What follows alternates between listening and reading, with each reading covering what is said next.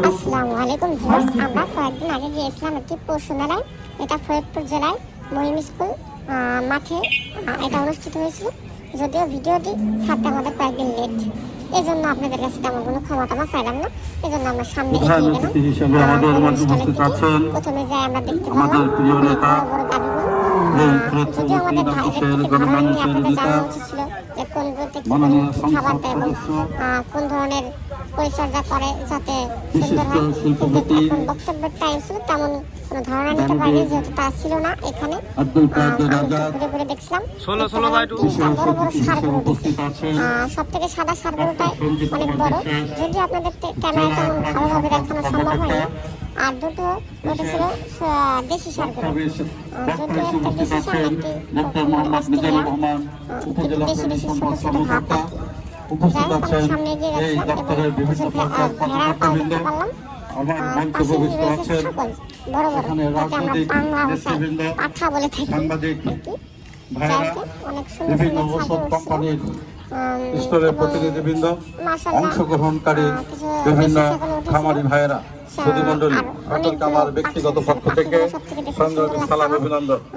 প্রিয় ভাইয়েরা আমার, অত্যন্ত বড় আমরা দেখতে পাচ্ছি যে পশুগুলো নিয়ে এসেছি, সকলে প্রত্যাশে আছে। আমরাও অত্যন্ত গরমের ভিতরে তাপদাহের ভিতরে আমরা অবস্থান করছি। দু একটু কথা বলে শেষ করতে চাই। আজকে প্রধান অতিথি অত্যন্ত আমি তাকে দিয়ে একটু কথা বলতে চাই। আজকে আমার নেত্রী, আপনার নেত্রী জননেত্রী শেখ হাসিনা, তার বক্তব্য শুনলাম। আজকে তিনি চাচ্ছেন এই সেক্টরকে অত্যন্ত গুরুত্ব দিয়ে সামনে এগিয়ে নিয়ে যাওয়ার জন্য। সেই যাত্রা থেকে যেন আমরা কোনো পিছিয়ে না থাকি, সেই হিসাবে আমি আমার মাননীয় সংসদ সদস্যের কাছে একটি দাবি রাখতে চাই। আজকে এই সেক্টরে বিভিন্ন সমস্যা রয়েছে। আজকে এই দানাদার খাবারের সিন্ডিকেট আজকে 1200 টাকা ভুসির বস্তা, 2200 টাকা। আজকে এমনি ভাবে এই সেক্টরের উপর একটা নাজুক অবস্থা রয়েছে। আমার মনে হয় এই সিন্ডিকেট ভাঙা দরকার। পাশাপাশি আজকে যে কথাটি না বললেই নয়, আজকে গরু থাকতে গেলে অর্থের দরকার। আমি বেকার এবং অসহায় মানুষের যারা এই খাবার করতে গেলে খাবার সংকলন দিতে পারে না, ব্যাংক ঋণের প্রয়োজন হয়। কিন্তু আমার খামারিরা, গরিব মানুষ ব্যাংকের কাছে গেলে দূর দূর করে বারান্দা থেকে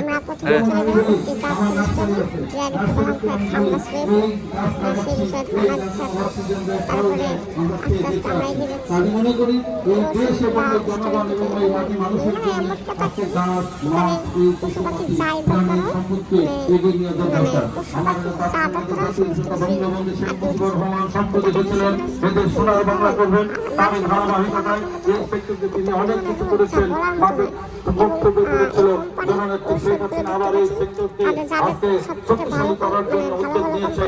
আর বলতেই হয়, আমাদের ফরিদপুরের কৃতি সন্তান, আমাদের বড় ভাই আব্দুল রহমান এই মন্ত্রণালয়ের দায়িত্ব পেয়েছেন এবং তিনি অনেক উদ্যোগ দিচ্ছেন। তার সাথে আমরা একত্রে ভীষণভাবে সহযোগিতা করবো এবং প্রাণী সম্পদ মন্ত্রণালয়ের যে কর্মকর্তারা আছে, আমি তাদেরকে অনুরোধ করবো যারা খামারি তাদেরকে সহযোগিতা করার জন্য তাদের বিভিন্ন ঋণমুক্ত মানে সুদমুক্ত ঋণ, বিভিন্ন প্রয়োজনা সেই বিষয়ে আপনারা সহযোগিতা করবেন। পরিশেষে এই গরমের ভিতরে যারা এসেছেন, আমাদের কথা শুনলেন, প্রত্যেককে আবার সালাম অভিনন্দন ধন্যবাদ জানিয়ে আমি আমার কথা শেষ করতে